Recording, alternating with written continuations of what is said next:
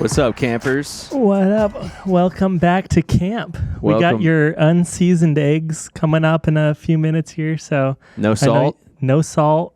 Stacy's got hypertension. She's 11. So nobody gets salt because Stacy can't have salt. I was thinking the other day, I think that peanuts are like fentanyl for elementary schools now. You can't have peanut butter. It's taking out even the They're stripping children. They're stripping children of the American dream. That's what peanut butter sandwiches. Yeah, I think it is a newer thing that kids are just allergic to everything now. Is it because of all the shit they're putting in food? Probably. Yeah. Let's start this one right off with conspiracy of the elites trying to take us all out. Conspiracy camp. Did you see the new stuff about UFOs? No. I saw something the other day that got posted that was saying that like the Space Confederation, I don't know if that's what it's called. That's what I remember it being. Space Confederation? I don't even know if that's real. That's just what I remember reading, but I could be making that up. But they just basically announced that there are like 350 UFOs that are currently being tracked. And it is officially a possible threat to humanity. Really? Yeah, I don't know if that was real, though. It could have just been a meme. I don't know. And that's where the world we're living in. We don't know what's real and what's not. I desperately wanted like all those UFOs to be aliens. Remember when didn't they shoot a couple down? I think Tom DeLonge. Tom DeLonge's in charge of that. Speaking of Tom DeLonge, dude. We get it, dude. You went to Coachella and you got backstage with Blink. I did. That shit bothers me. I know it does. That's why I texted you. I was like, this is going to make him so mad. I got a text. I got to be honest. I was having a shit time as it was. Yeah. Well, this is the text I get from Ryan a couple nights ago. Dude, I'm backstage at Coachella and I'm standing next to Travis Barker. And my heart sunk. And that's the moment I told everyone I'm not friends with you anymore. And that's about the time she walked away. That's about the time. No, yeah, dude, it was really weird. They crushed. I saw so many live videos of them, and they were crushing. Yeah, I went to Coachella. It was not very fun. It was very hot. It was very dusty. I was doing fucking neti pots like it was fucking Molly. Did they have any unseasoned eggs? No, they did. Actually, yeah, I did have unseasoned eggs. That's what brought it up. Was I was getting breakfast sandwiches at my hotel. It was a nice hotel, but for some reason they used no fucking salt in their eggs. And I was like, I remember when I used to go to church camp, they wouldn't put salt on the eggs because some kids' diets wouldn't allow them to have salt. Yeah. And so nobody was allowed to have salt. And I was trying to think of like, what child has high blood pressure at church camp? Yeah. Damn. No, but yeah, so I went to Coachella. It was... wasn't having a great time, but I'm really into this band called The Garden right now. They're like a punk band. They've got vibes of like, the guys that would run the House of Horrors at a county fair in like the late 80s, you know? Yeah, it's that's what it very looks like. It's almost Juggalo. I don't understand how they border that line of Juggalo, but make it not Juggalo. Juggalo punk. They're getting very close, but it's not quite. It's sick. But I saw them and Dave Grohl was next to us and I was like, oh, that's cool. And then like kind of didn't do anything. The next day I was like, fuck, I don't even want to be here anymore. And then the last day my friend called me and he's like, get over here right now. I got tickets to go backstage and hang out at Blink-182's green room area with like Travis Barker and the Kardashian. You didn't meet him? I didn't go up and talk to him because it was like 20 minutes before he went on stage. And I didn't want to be that guy. You could tell everybody there was like... He probably recognized you, though. He did. I forget he said that. I remember, I feel like he was probably looking at you weird. So are you Ryan? Or no, the Kardashian one actually came up and she's like... The Kardashian one? Stop pretending like you don't know her name, dude. You watch the Kardashians and you know her name. What's her name? It's not Catherine. Catherine Kardashian. It was his wife, Courtney. Don't say it like that. Why do you think it's cool to pretend like you don't know? I don't know. You know. I know it is Courtney. Kim, Courtney, Brody. Jenner? Almost. They almost got me with the other one, but I'm not going to say. That's a dead name right there. I almost said it. No, but yeah. So I was back there, and there's all these people. I had no idea who they were. Like Blackpink was right next to us, and they had these military security guys. They're like a big, like massive K-pop group. There were people like... so many people from Korea flew all the way there just to see them, and they had these like crazy security guards, and they were with like Dominic Fike the whole time. It was pretty fucking weird. But I was back there. I was like, oh man, like I think it's pretty obvious I don't belong. And so they walk us up to the front of the stage. There's like a special area where only 100 people are allowed to watch Blink-182, and it's only for their good friends and family, and also me, who has never met any of them in my life. And honestly, you only know like 2 of their songs. It's such a weird, lucky like situation that came up, like happened. Yeah, and I walk into that area, and I'm standing there, and I'm like, this is fucking crazy, because you never get that close during like those big festivals, because it's you versus like 100,000 people for that spot. So I was like standing there, and as soon as I stand up, this kid behind me on the fence was like, Ryan from Catastro. Swear to God. And I turn around, I'm like, what the fuck? And so he's like, holy shit, like blah, blah, talking to me. He knew somebody that we know and asked for a picture. And then all the like actual celebrities were looking at me, asking each other like, who is this? And I don't know if I believe this story or if it's a fantasy that was playing out in your head. No, so I didn't actually make it to Coachella. No, but yeah, it was weird. It was really funny, and I definitely like made me feel cool for a second, which is hard to admit. It's hard to admit. But dude, so that's the difference between when I was in my 20s and now. When I used to see my friends are at Coachella in my 20s, I'd get serious FOMO. And now when I see that people are at Coachella, I feel bad for them and think about how much I don't want to go to Coachella. Did you go with Andy and them way back in the day? Yes, in 2010. Me and Andy and Tanner went to Coachella together, and we roughed it in the tents with all the peasants. And I remember the first night we were there, we partied really hard, and we wake up the next morning, and I wake up and I desperately like I'm looking for water, so I grab a water bottle, take a huge gulp out of it, and it's just all vodka. The moment I wake up, and I just remember 21 yet, huh? I don't think so. I don't know. I'm not sure. 2010? Maybe 20 or something. Yeah. But I just remember we all got really sick when we came home, and we all just had like dust in our lungs and just felt the most dehydrated I've ever felt in my life, sunburned. But you know what? We saw Jay-Z, so yeah, it's all good. The Jay-Z song was on. We saw De La Soul that year. We saw Atoms for Peace. It was the first year that Atoms for Peace put on a live show, and Flea from Chili Peppers played with them. Yeah. It's a cool year, but yeah. I didn't know any of the bands. That's how I know I'm getting old, because I looked at the lineup and I was like, dude, I don't know who any of these fucking people are. Yeah. And if I did know who it was, I didn't really care to see them. So, but you know, it happened, and I got. What's the capacity? Is it 100,000 still? It's over, I think, a little over 100,000. It was sold out. They sell it out every year, right? Pretty much, yeah. But I went second weekend this time, but I'll never go again. Maybe if like somebody got me backstage the whole time, I would go. But it's weird going to shows. Yeah. Do you ever feel like going to a show, the kind of like mystery of it all is lost since we've done so many of them and we know exactly how everything is done? I feel like I don't really enjoy it unless it's like my favorite artist at the time. Yeah. Then I'll go, but like other than that, like I'm very used to like having a green room I can go and sit down at, and I'm not spending hundreds of dollars on alcohol, and you know what I mean. It's like there's a lot of like I'm not stuck in like a big group of people. Like I feel uncomfortable in those situations where it's like me and like literally, you know, tens of thousands of people shoulder to shoulder bumping me. Like I hate that. Yeah. So I wish I could enjoy shows like I did when I was a kid. I think there's an element of like, because we know how it all works, like we know how the lighting works, and we know how the backstage is, like what all that stuff is like. It takes out some of that mystery that you have before you see that stuff. Yeah. But there still are shows that I see sometimes. Dude, I fucking hate arena shows. Yeah. I don't like them. Like the sound is always so bad.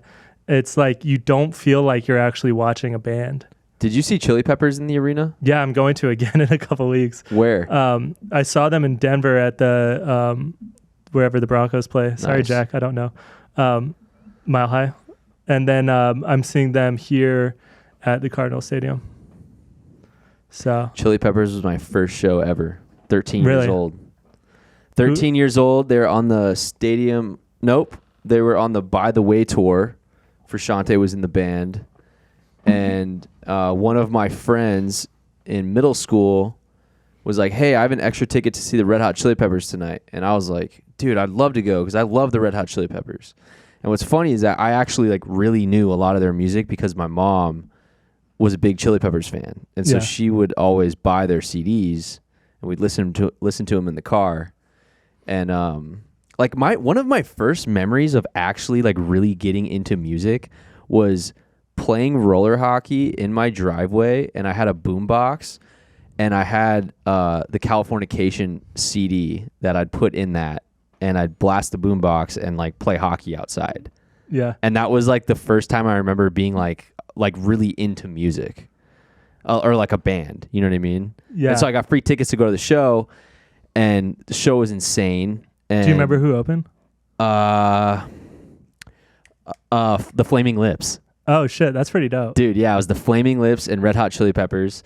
And I remember when they came out, they played Around the World. Around the World, yeah. They we used to cover that one. Bro, they opened with that, and I saw Chad Smith on the drums, and I was like, immediately, that's what I want to do. Dude, they're like famously getting really hated on right now. Like everybody's like, everyone hates them. Doesn't like them. Like before, it was like I didn't know a single person that didn't like. I can't. I'm gonna be honest with you. Like I can't get into the new music. Me either. I know you guys are watching right now, and I'm sorry.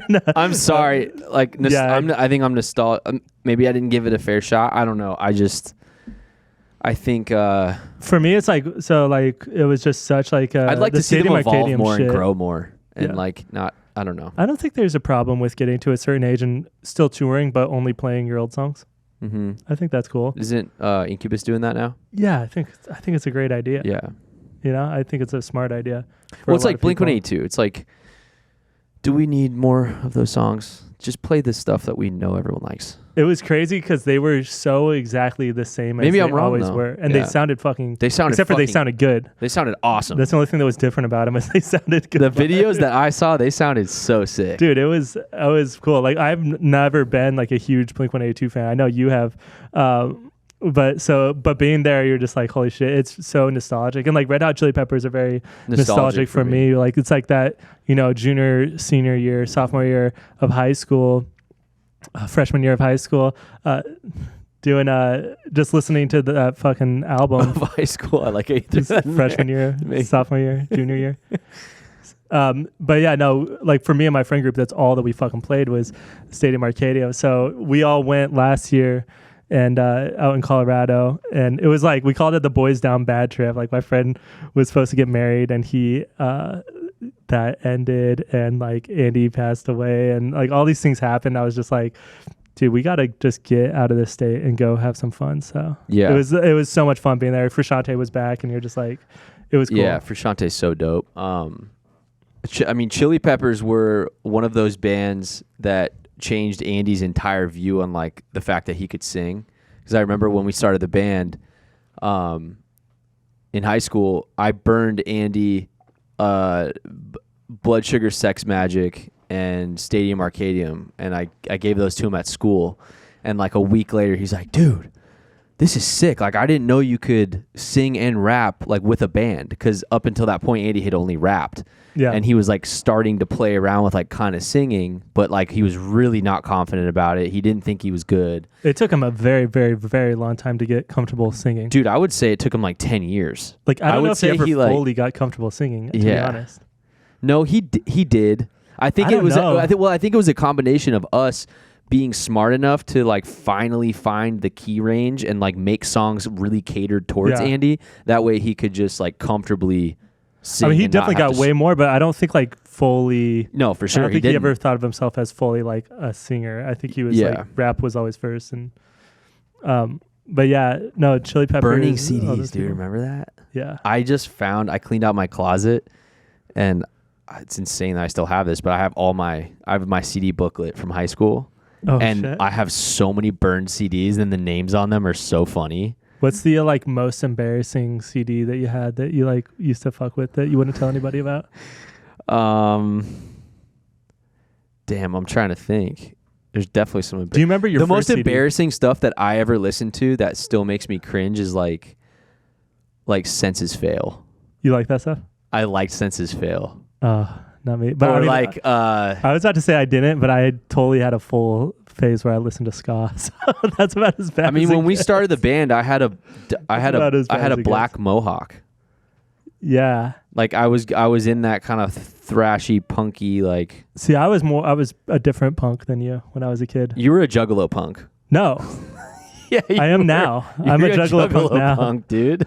Whatever the Garden is, I fucking love it. I think they're so sick. But no, I was like the Casualties and TSOL. You were what we'd like to call commercial punk. See, I was underground punk. I like the Locust. Thrice? I like Hella. You just said Thrice. No, that was okay. That was before I knew what real punk was, dude. That was my pre-punk days. But is the Locust really punk? They're like a different. No, they're just like trash music that everyone hates, and you like it because you think you're cool when you're 16. Yeah.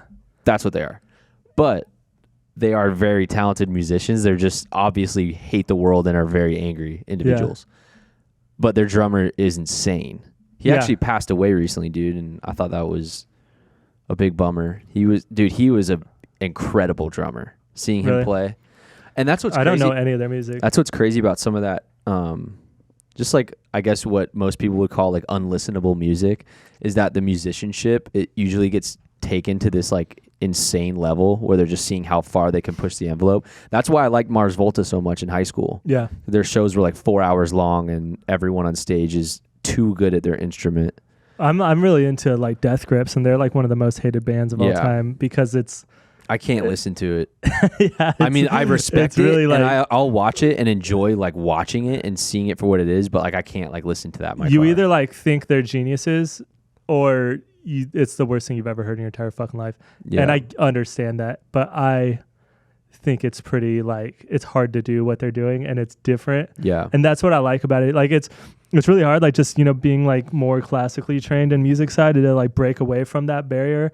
And like all my favorite artists take so many risks musically, but it's really hard to do that on your own without being like, oh, this is wrong notes. Cause like a lot of the shit I like is like really weird dissonance at the right times, and I know what they're doing and they know what they're doing is on purpose, but it just sounds wrong and like bad, but then it opens up and feels better.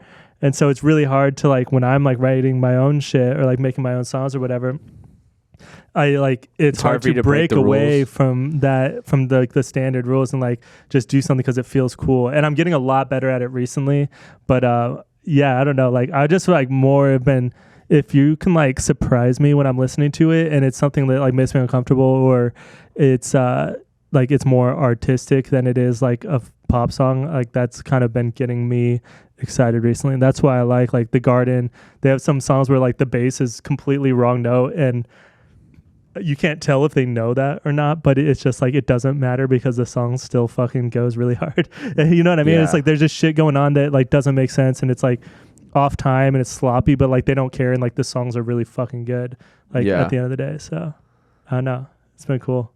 There's a lot of weird shit going on in music right now that I'm pretty happy with. Yeah, for sure. I'm trying to think about what else I've been listening to. Pour some beers. What else have I been listening to? I can't think of it now. I don't know. I've been listening to a lot of podcasts. I listen to tons of podcasts. I really like Andrew Huberman's podcast. I know you've listened to that too. Yeah, I'm on T now because of him. I swear to God, I listen to it. I'm not on T, but I call it T. I'm on vitamins recently. And Tanner, I've been working out like a lot and taking these vitamins that Huberman says are supposed to give you high T. I definitely have low T. And so I would text Tanner like every day because we both started at pretty much the same time.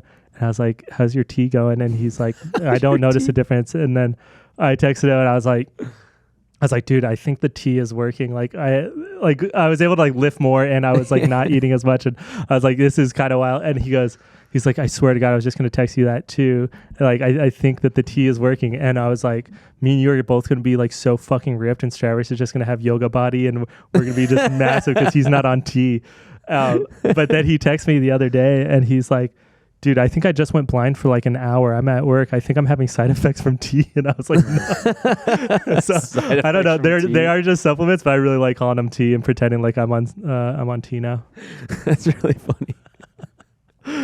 It's been a journey. It'd be so funny if I was just came back on steroids. Nobody saw anything of me for a year, and then I just show up and I'm just fucking massive. It'd be hilarious. Oh my God. There's been a lot going on in our lives just over the last, year that we haven't really talked about. but I don't know. Like I know it's hard to even, I don't know, think about all the different things we've done since the last podcasts, you know? I know it doesn't feel real. It feels like it's like the shortest amount of time. Or like it went by super quickly, but it also feels like it's like dragging. Like, you know what I mean? It's both at once. I went to Europe and I did like Italy. Yeah. So you went, where did you go in Europe? I did London and Italy and Spain. And you told me, you're like, dude, the British accent gets really old really quickly. And I texted you, dude, like, within an hour. It's like triggering for me now. I would like to think I'm an individual that's okay with everybody, and I am. But that accent was cool to me until I went there for a month. No, I think I'm full-blown racist against them. Yeah, I come home now and I'm like, oh yeah, this show looks great on Netflix, and I turn Netflix on and I hear a British accent and I feel my blood start boiling. And Dude, they were so much ruder to me than any other country. I feel the pretentious attitude coming out of the TV towards me and looking at me like you're just an American, you know? Dude, people in like Italy and people in like Spain were so much nicer to me as like an American, you know? I hated Paris. But that's what I heard. That's why I didn't go. I went to Barcelona instead. They were so just rude and shitty, and dude, I didn't like them. Europe, like you're like, oh, this is so cool. Like all the buildings are so old. You never see anything like that in America. Like it's like kind of like pretty. It's like beautiful out here. Yeah. And then you go to check in, and like we were like, they're like, your room's not gonna be available for like another 3 hours. I'm fucking so tired. I was like, oh my God, all right. So we go to the bar that's in the hotel. And somebody comes by and they asked us what we want, and then they just left and they never showed up again. And we sat there for like an hour, and I was like, dude, I need like 3 more beers. Like, oh, I don't know what's going on. And I was trying to be like, all right, maybe this is like just custom out here, and like maybe it's that. But like everywhere we went, we got treated like such shit because we're Americans. And you like go to like the pubs, and somebody's like, stop fighting in my pub, and you're like, ugh, like you guys really talk like that for real? Your accent's so fired. No, you want to know? It always sounds Australian. Quit fighting in my pub. Went to Italy, and like I was trying to like talk to them or ask for things, and they wouldn't understand it. But if I did an Italian accent, they knew exactly what I was trying to ask them about. And Mont was fucking mortified. I need an Americano. Because like you need another beer. So you, like to say that, I think it's like un'altra birra or something like that. Mm-hmm. But I go un'altra birra, and they're like, what? And I go, un'altra birra. And then the guy's like, okay, yeah, here we go. He's not like Mario. Dude, he would go and he would get it. And I'd just be like I wanted to buy cigars, I went to the gas station and the guy spoke no English at all in Florence, Italy. And so I went there, I was like trying to like buy the cigar, and I was like, dude, I don't know how to mouth like the word cigar, like, you know, showing up like this, a cigar. And I was like, cigar. And he's like, no. And I was like, cigar. And he goes, fucking 1 moment. You know, he walks away. He fucking come back. Like the whole time I spoke like that, she was so embarrassed, but it worked. And they like so that you, funny. even if you try a little bit, they're like, cool. But Spain was the best. And I got a tattoo in some guy's apartment, and it was fucking terrifying. I remember you sent us the photo of that, and I was like, damn, how fucked up is he right now? Like, he's just in some stranger's apartment. Because you are the type of person where, like, if you're drinking at a bar and you get to know somebody, this guy you don't know who very well could just be, like, a serial killer is like, hey, I tattoo in my apartment. You down to go over there? Yeah, sure. Let's do it. Well, so, like, there was this tattoo artist I really liked. And I was going to go get a tattoo by him. He does these like dog tattoos. You've probably seen like there's a lot of ripoffs of them, but there's like one guy that started it. And he's out in Barcelona. So I was going to get that, but he ended up not being in town that time. I found this other artist who is super sick. Like I really like his art, and he did a good job. I'm not trying to like trash talk it, but yeah. He like gives me his address, and like mind you, this isn't too long after Andy passed. So like I'm a fucking wreck. Like I should not have gone on this trip because I was not enjoying myself. Like I was just so much anxiety everywhere I remember went. you telling me you couldn't enjoy it really. Yeah, it was just like it was so much anxiety, and it's like it's a lot traveling on its own, but to already have like this weight of like everything you're dealing with. Everything, yeah. And so I was just like I didn't want to go anywhere. Like I wanted to stay in the hotel the entire fucking time I was out. But I'd already like messaged this guy, said I wanted the tattoo. I was fucking already like the end of the trip, I'm feeling like shit. Whatever. I wake up and it's time to go to get the tattoo. He sends me his address, and I look it up, and it's like a little outside the city and not a great looking area. And I'm like, whatever. It's only like 30 minutes away out of Barcelona. And so I look it up, and there's a tattoo parlor like 2 doors down from the address he sent me. I was like, cool. So he probably just sent me the address of 2 doors down from his tattoo parlor, right? And I show up, and I'm like standing looking for this tattoo parlor. I don't see anything, and this guy like walks down. This like I didn't even know what the building was. It was apparently apartments, which I found out very soon after. And he walks us up this thing, and it's a studio apartment with like a sheet covering the middle of it. Like he had like one area that was like the tattoo area, and the other area was where he did heroin, I'm assuming, or like we started hearing like breathing from somebody else there, and like we knew somebody was on the other side of this thing, Sleeping. but like we couldn't. I didn't know it was going. The guy spoke no English. Very nice, but it was just like there was shit everywhere. Did he have a new needle? I think so. I don't know. You didn't see him open it? I don't know. See, when I got tattooed in Bali, no one could speak any English, and the guy is just like, new needle. And he like opens it up, and I was like, all right, good. Yeah, no, he used a new needle, but his machine was really old, and it was like super rattly. And I was like, this is going to hurt extra because it's like, and then he would like wipe my tattoo with his hand and then touch his iPad and change the song to some other like that punk was song, freaking you out. and then so he'd wipe my much. tattoo again and then just go back to it. And I'm like, dude, He was eating pizza like an hour ago and just wiping his greasy fingers all over the iPad oh my god, screen. it was like I was like, you always hear like you can get sick from getting tattoos, and I'm like, this is how that happens. Like any person that's ever gotten sick from like a tattoo, like something really horrible, they were in the position I'm in right now, You're getting hepatitis face down C. in this guy's apartment, and they thought, this is how people get it. Like everybody that has ever gotten it was probably realized like, hey, this is a little sketchy, but I'll be okay. And that was me. And like by the end of it, I was like, dude, I'm fucking done. Get me out of here. I tipped him like $100, and he like was so super happy. He did a great fucking job. That was in Barcelona, right? Yeah, it's in Barcelona. Barcelona is still I think the best meal I've ever had was in Barcelona. Me too, honestly. And you went to the Segura de Familia? Sagrada, yeah. Sagrada? It's Sagrada? Is that how you say I it? think so. It was sick. I didn't go inside. Really? Yeah, it was Oh, a shitload of man. people. Dude, the inside's wild. Honestly, I had too much anxiety to go Really? inside. Yeah. I went to the outside though and walked around it. It was like one of the craziest things, just even being It's the in the craziest thing I've ever yeah. seen in my life. It was so just mind-blowing, and I think they've been building it for like a couple hundred years. Yeah, no, it's like it's one of those crazy. things where they'll never stop, working on it. That was the one city where I was like, oh, I could spend a lot of time here. I could see myself. I can't remember if I told something. you about this. I feel like I had to because it was like one of the funniest things I remember about doing that European tour. But the bus that we stayed on for the whole tour, the driver. So dude, it's like almost unbelievable. The way the buses work out there, it's not like how they are in the States.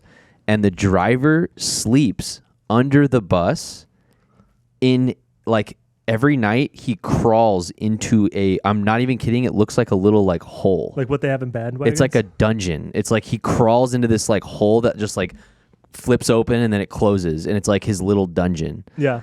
And that's like in bandwagons, right? They have that like little. Do cubby. they? I think so. It's like behind the seat, kind of. But no, it was in the middle of the bus.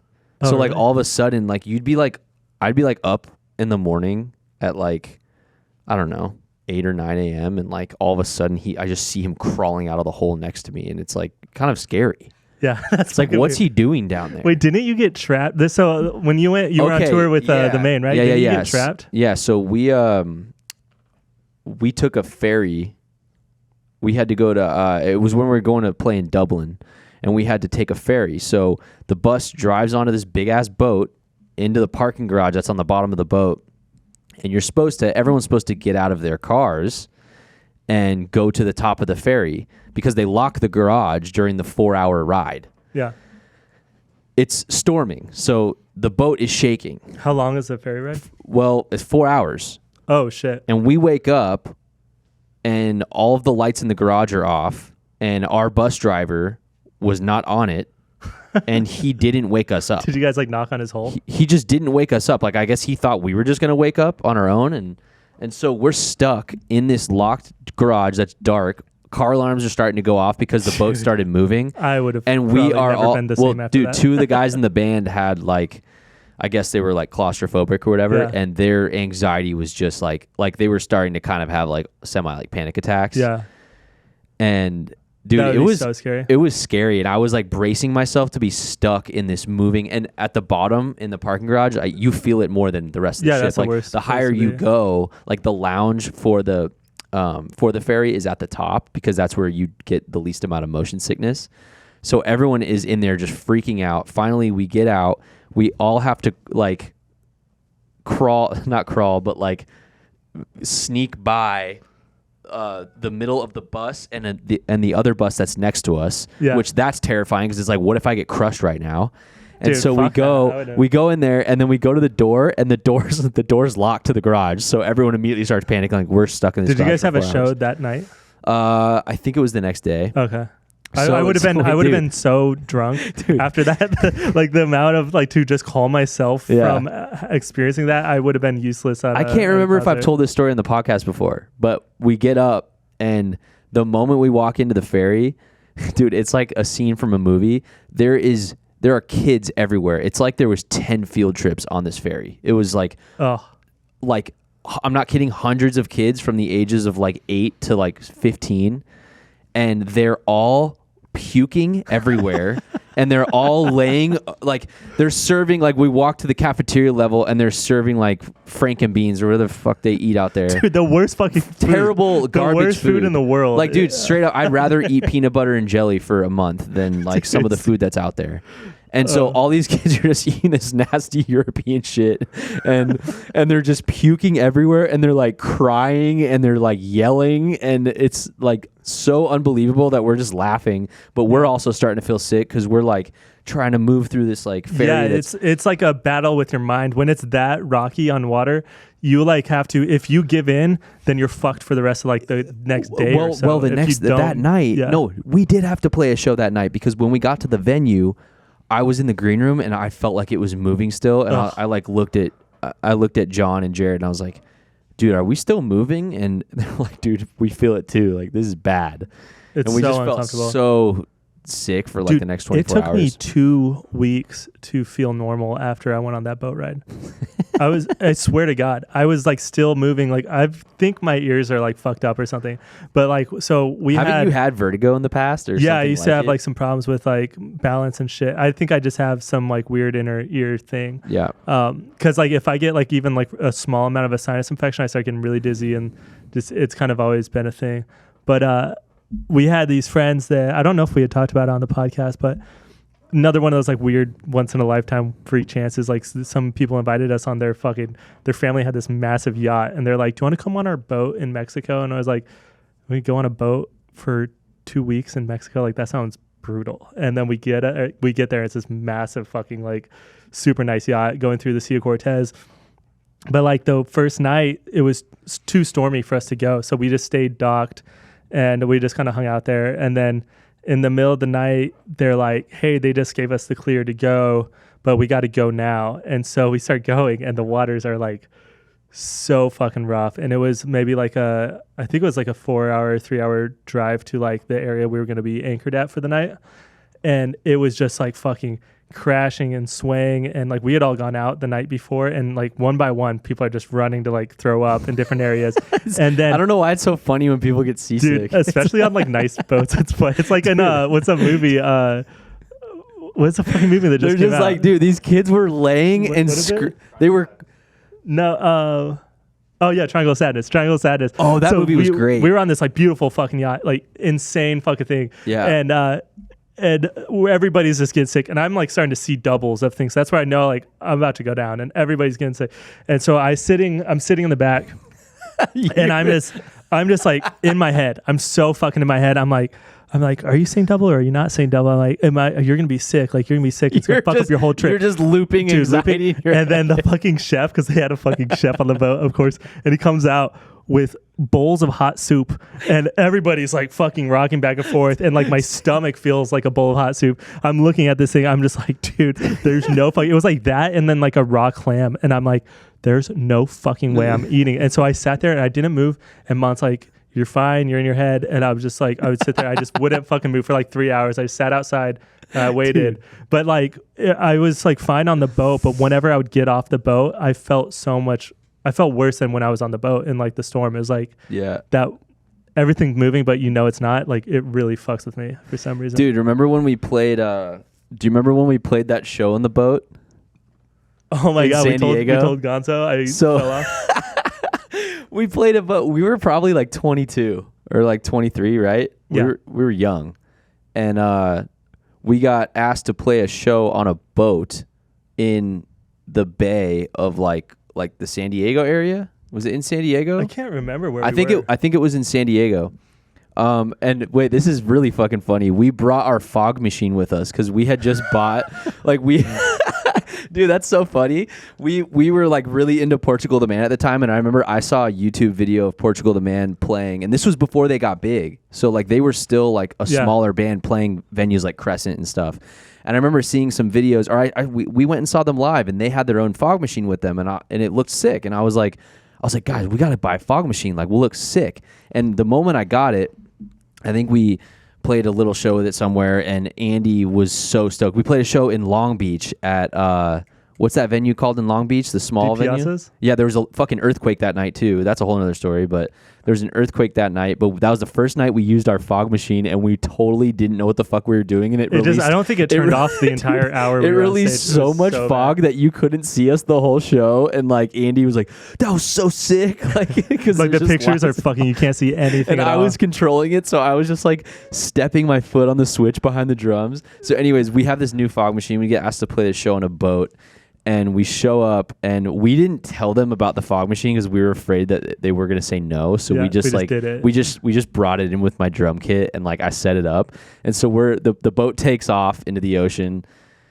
We're all being idiots. We're probably drunk, and we play the show, and we are hitting the fog, and the fog machine does not stop. Like I'm trying to hit it and make it stop, but it just wouldn't stop. Yeah. So the whole middle area, which is like the majority of this boat, is like the kind of auditorium of it, where there's the stage, and it was like low ceiling. It was like a 10-foot and ceiling, it fills with fog. Like no one can see anything. Everyone's in there, and there's just fog. And people that work there are running up to us like, "Turn it off!" And I'm like, "I can't. I don't know what I'm doing. I'm a drummer. Why do I have a fog machine?" Dude. And so later that night, though, we're bored, and usually in the past when we're bored, we decide to fuck with our manager, and so I text our manager, and I'm like, dude, yo, me and Andy, I remember Andy was loving this too, but we're all sitting there, well, all four of us are around my phone, and we're like, yo, Gonzo, we have like a situation, bro. Ryan got super, super fucked up, and he fell off the boat, and they're like canceling the whole show, and they're having to like take everyone back to shore, and like, he literally believed the entire thing was trying to nonstop call me. I think we were all laughing every time we call him. We'd be like, hang up. And be like talking and be like, I can't hear you. And like, hang up. It was so mean. That's so mean. And it was like kind of, I feel like that was in the beginning of when he started managing us too. So I think it was, now he would know better, I think. Yeah, I think so too. Like we still kind of always still fuck with him, but. Yeah, we fuck with him a lot still, but you know. Which is so mean because he has like the most thankless job and works really, really hard. And then what does he get? He gets a lot of bullshit. He just gets a lot of bullshit. But I don't know. That's part of the job. I think if you want to work for us, you gotta. If you want to work for bands, I mean, I don't know why that's so fun. Doing that. It's so fun to just trick people and know that you tricked them. Like just to know, like look at somebody's face when they find out that you're fucking with them is so funny. I feel like you recently did something to me where you tricked me about something that was really funny.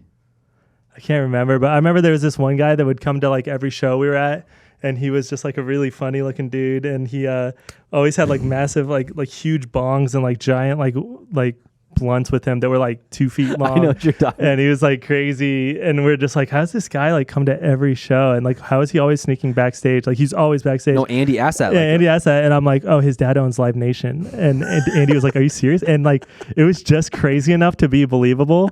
And like, we went on like a month and we kept seeing him. And I was like, Live Nation guy. And once we found out, it was like the funniest fucking thing because he was just like a guy that, you know, follows bands around. And I mean, I think he's probably got a following for following bands, but Yeah.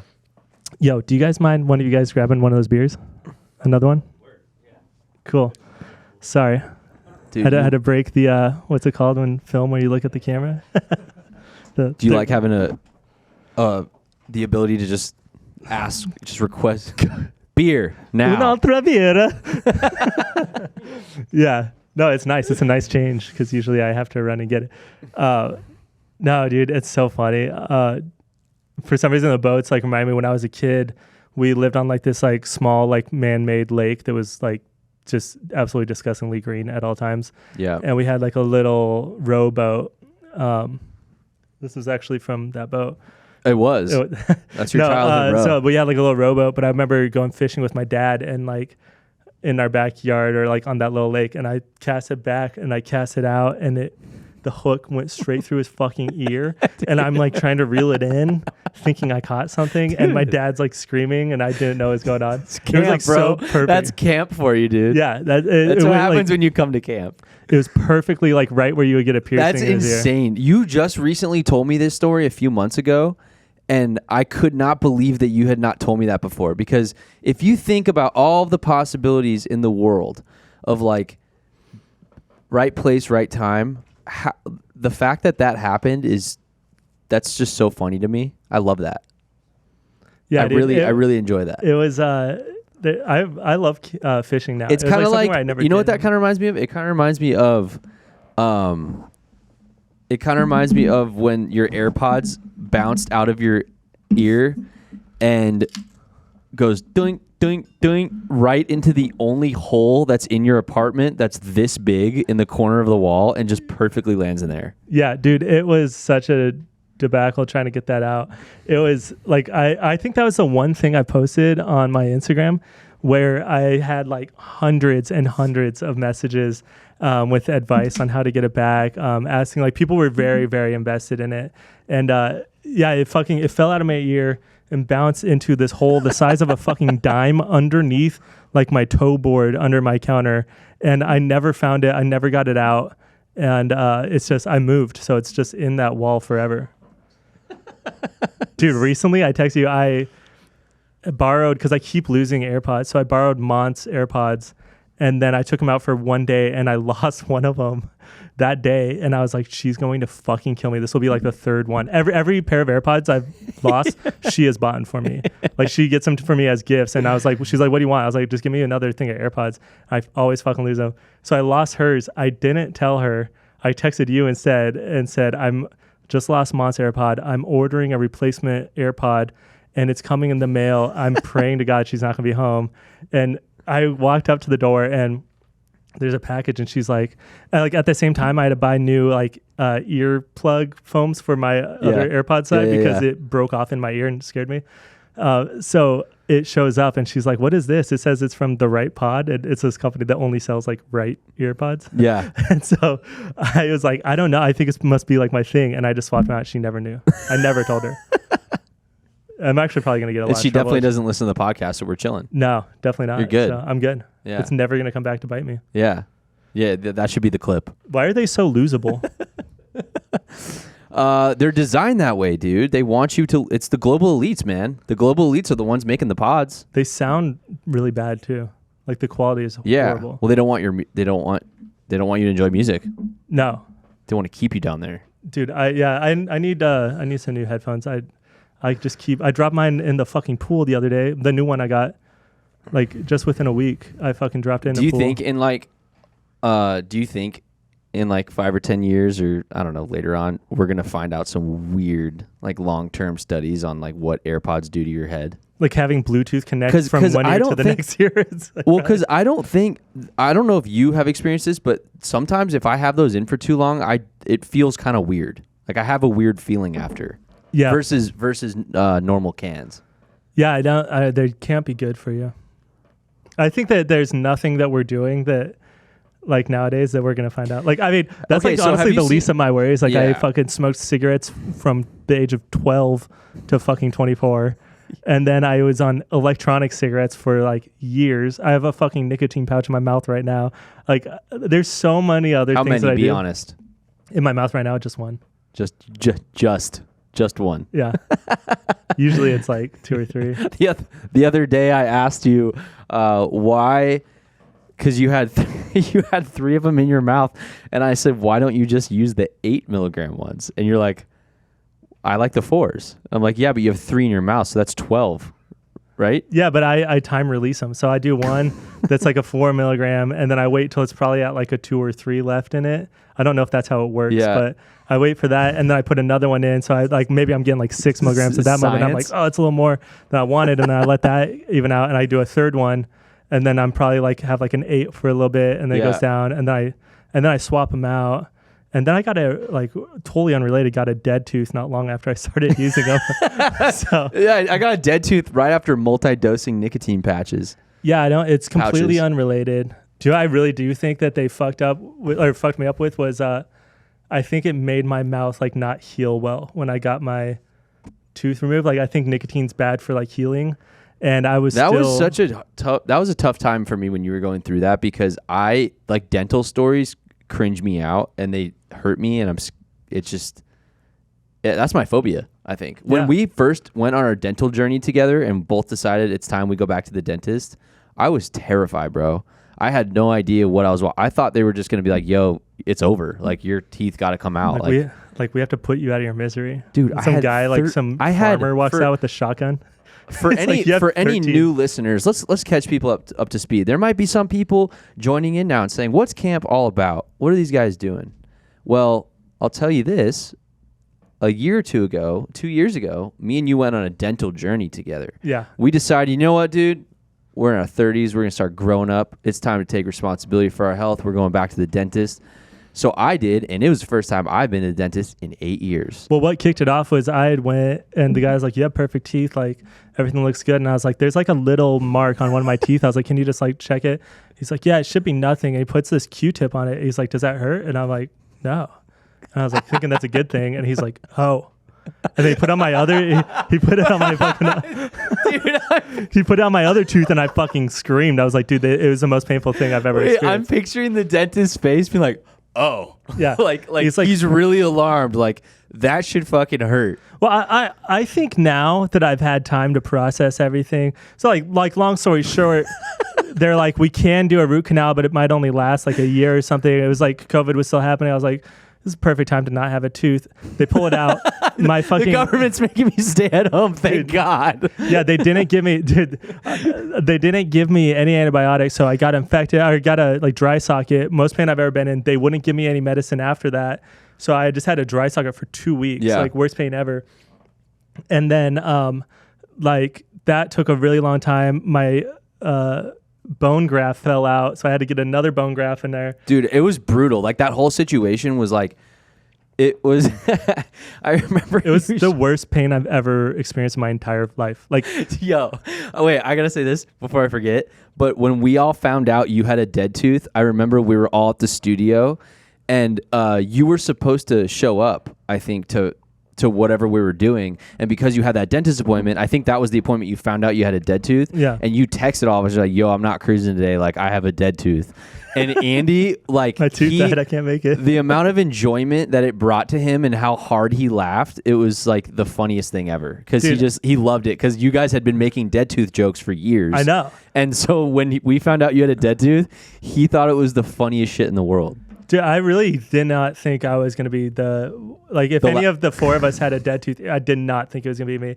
But the way that it happened was like, luckily it wasn't it wasn't like because I was unhygienic or something. You know, it was like I hit it on something, and then over time it just fucking decided it couldn't handle it anymore and decided to die. But it was it was so long, and then they gave me a fake tooth on like this retainer.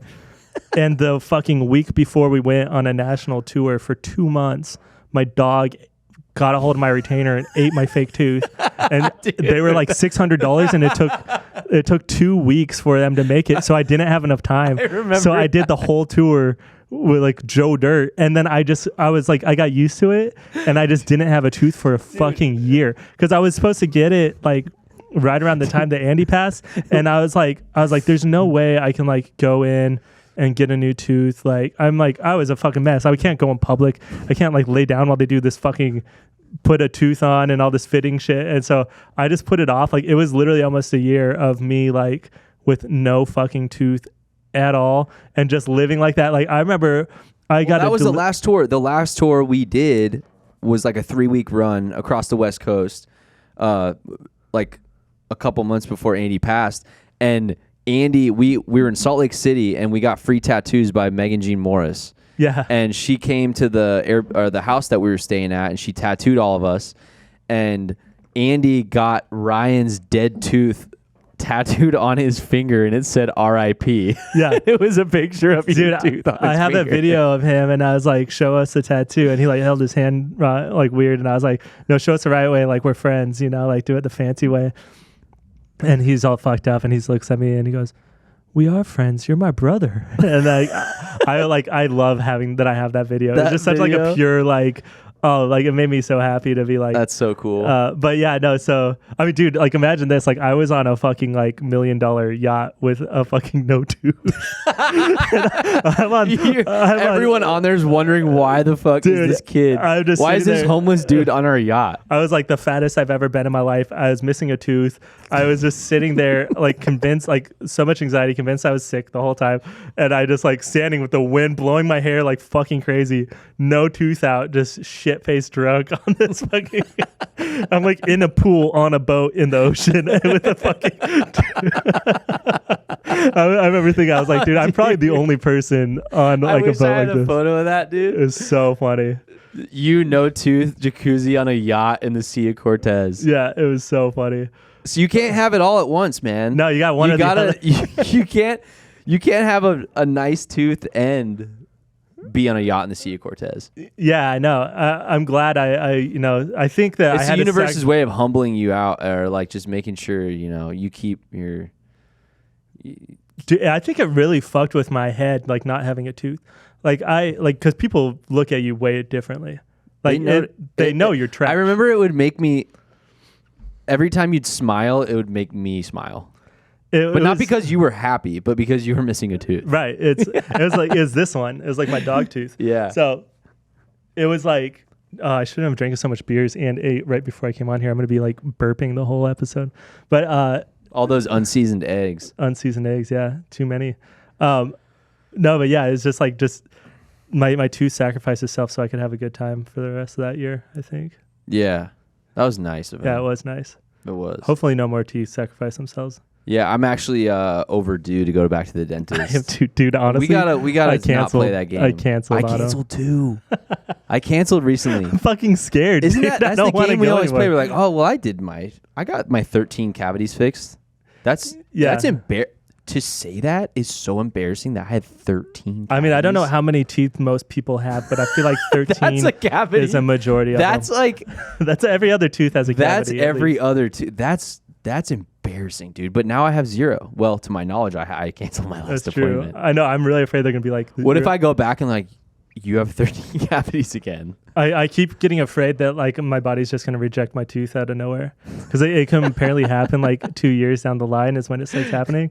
And I was like doing something and I got a really bad pain right where my tooth thing is, and I was like, I just started spiraling. Dude, the funniest part about doing the whole like us talking about going to the dentist on the podcast when we did that whole thing was the amount of messages I got from not only friends, but just random fans and like people that I don't know, of being like, dude, thank you so much for the inspiration to like go back to the dentist. Meanwhile, me and you are just like, we think it's funny. Yeah. And we didn't know it would actually like inspire other people to be like, yo, I should go to the dentist. We should have teamed up with a dentist and got like a kickback for that. Dude, we're dumb. And dentists have money. Like, yeah, because they fucking scam people out of their teeth. If you're a dentist, dude, and you want in on Kamp, contact us. Dude, so the dentist I went to that said that like my shit was dead or whatever, like they fucked up so many different ways on this situation that like I went to another like specialist. I had to get a specialist to fix it. And I was like looking up like who did like the coyote's teeth.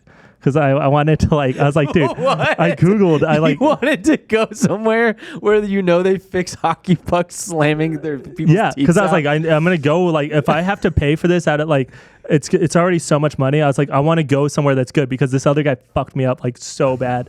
And so I was like, I'm going to like these people. I found a specialist. I want an NHL dentist. I want an NHL dentist. And so I went to this guy and he's like looking at it. He's like, oh wow, they like really did a number. So they let it break like part of my jawbone out and stuff. Like they really fucked out. And I was awake the whole time. It was misery. But and then I remember the night you got home from the surgery, you woke up in the middle of the night with just burning all over your face. It was the most painful because it's nerve pain. So it's in the middle of your head. It's like in the middle of your fucking brain. Dude. And I was standing. Like I woke up at 4 a.m. standing up. I was just standing like in my boxers, like where am I? Like I had no idea what the fuck was going on. Dude, I picture you standing up. It's like 3 a.m. and you're just standing up, like freaking out, like touching your face. I was going, like I swear to God, I was covering my face, going, like Tanner's Night Terrors on tour, and I just like didn't know what the fuck was going on. And I'm on like 3 floors. Like I was on the 3rd floor of like. I had like this. I don't know why it's so townhouses. funny because I can picture what you look like. It's probably like insane. And I like literally didn't know. And you're missing a tooth, so it's just funnier. And they didn't give me any medicine, and so I don't know. So I had to go through the whole night of that, and then eventually, like they did another one, and they finally gave me antibiotics, and so because it got very infected, like as it would they're supposed to give you antibiotics right after, so you like to get rid of anything. And I remember I had told Montana's mom that I would drive her. She bought an RV, and I would drive her RV for her up to up northern Arizona, and I'd camp it there for her because she was too afraid to drive it that far. Yeah. And I was like, I drive van and trailers all the time. Like I'm sure I can handle an RV. And so I'm going, and like that day I'm just like, I feel like shit. Like I don't know what's going on. Like I just don't feel good. And then like my stomach started hurting, and I was like, I just feel fucking gross. And I started getting this headache. And then by like halfway up, like going past like up by like Flagstaff area, I start getting the chills, and I'm driving. I'm like, what the fuck's going on? And we're going to Jerome. And we get there and we go to this wine bar, and I'm just like, I feel fucking awful. And I'm like, do you guys fucking smell that? Like, there's like this town smells like shit. I was like, what is going on? Like, Jerome smells awful. Like, I straight up thought that the smell coming from my fucking mouth was an entire city's feces. It was so gross and so bad, and I didn't know, and because I was so like sick by that time, that I was full blown infection, fever, cold sweats. I'm driving this massive fucking thing bouncing around, and I'm like nauseous, and I'm like, this fucking city smells like absolute dog shit. And it was just me, dude. And it was like they gave me they finally redid it. It's just your rotting mouth, dude. It was so absolutely disgusting. And like I was like, I did what they said. He's like 6 hours after, like do a super light rinse with this like water or whatever. And I'm like, okay. So I'd be like, as softly as I can, I'm like rinsing my mouth with like salt water, and then just sand, and it's fucking dead people's bones in my mouth. It's just falling everywhere. And I'm just like, oh no. Like I was like, that can't be good. But like they said, like it's normal for a few pieces to come out. Like maybe 100 pieces is all right. Yeah. And it was just this whole nightmare. But finally they like redid it. They gave me You're funniest when you're at your lowest, though. At my lowest, I know. At your lowest, you're your funniest. So it's like, even though you were in all that pain, I remember you were still being really funny and just like, I don't know. Dude, it was because I remember doing I love that about you. That's my favorite thing about you. I think I missed. So you guys did, we did an acoustic version of like One Day in our studio, and I couldn't make it because I literally had the shakes and a fever and trash mouth. And because of this fucking doctor who I later found out they have a shitload of complaints against him. I'm not supposed to know this. I probably should not say it, but this guy that works for the like director of dentists or whatever. There's like a board where they oversee all the dentistry in Arizona and stuff. He says that they have more lawsuits against them for malpractice and for getting people to get procedures that they don't need than anywhere else. See, that's not an NHL dentist, bro. No, that wasn't. No. But the guy I went to, he was pretty tight. He was cool. Yeah. Remember you guys said your dentist was a cool dude? My dentist was a cool dude. My grandpa got his 2 front teeth knocked out by a hockey puck because he coached my dad's hockey team in high school. And slap shot. Probably looked like a loser, Slap shot right to the front teeth. Knocked out, dude. When we all lived together, you would do this thing where you would stomp up and down the stairs and you were always on a phone call. We lived in California and me and Andy would just be like, dude, why the fuck is he always calling people for no reason and just having pointless conversations? And then you walk down the stairs and you're like, hey man, remember when you said your dentist was a cool dude? And me and Andy just looked at each other like dying laughing. It was like you're just stomping through the house back and forth talking about. Though, this is what's really funny about that is that phone call, that was the dentist I found to go to.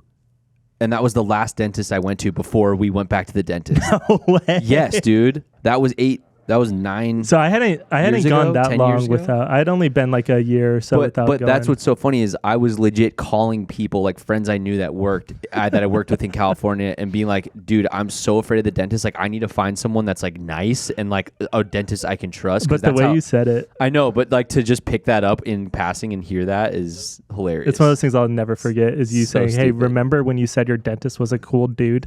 And then just stomping your feet. See, well, if you would have done your work like I did, maybe you would have found the NHL dentist first and not just swung for the fences and let any old hack take that tooth I went out. to this place because they had the most reviews, and it was at Biltmore, like one of the nicest areas in Arizona. Like it was at Biltmore.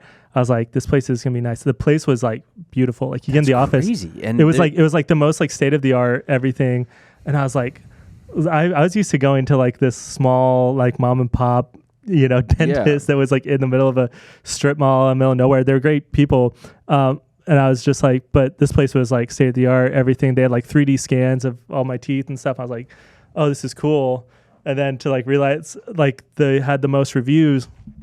2 months later, I go back and look at their thing because I was like pissed off because, dude, they called me until last week. I answered the phone and I was like, if you do not stop calling me, I'm going to get a malpractice fucking lawyer because you guys fucked me up so bad. And you've called me every week since this happened. Like, please stop. And they haven't called since. Just the automated like checkup calls? calls? That people call, hey, it's time for your next one. And I'm like, I'm not coming here anymore. Like, I'm never coming back to you guys. And like, they just traumatized me forever. Dude, I went on their Yelp and there was a review from me saying how great the place was. I never fucking wrote it.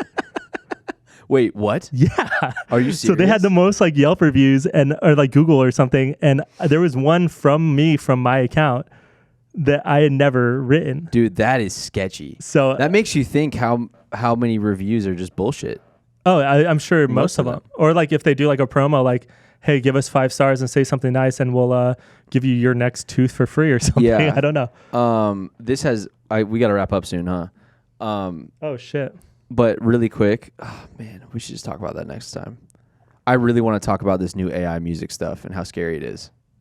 Yeah, we should write that one down for next week. We'll talk about it next time, but yeah, I feel like we need to talk about that because it's wild. It's really crazy. You're specifically talking about the Drake and one? Just all of it, dude. It's scary. It's sketch. Anyways, all right. Anything else we want to talk about for this episode? No, I think you're right. I think it's about time to put a pin in it, and we'll be back at y'all next week. Yeah. Love you guys. Thanks for coming to camp. Peace out. Peace.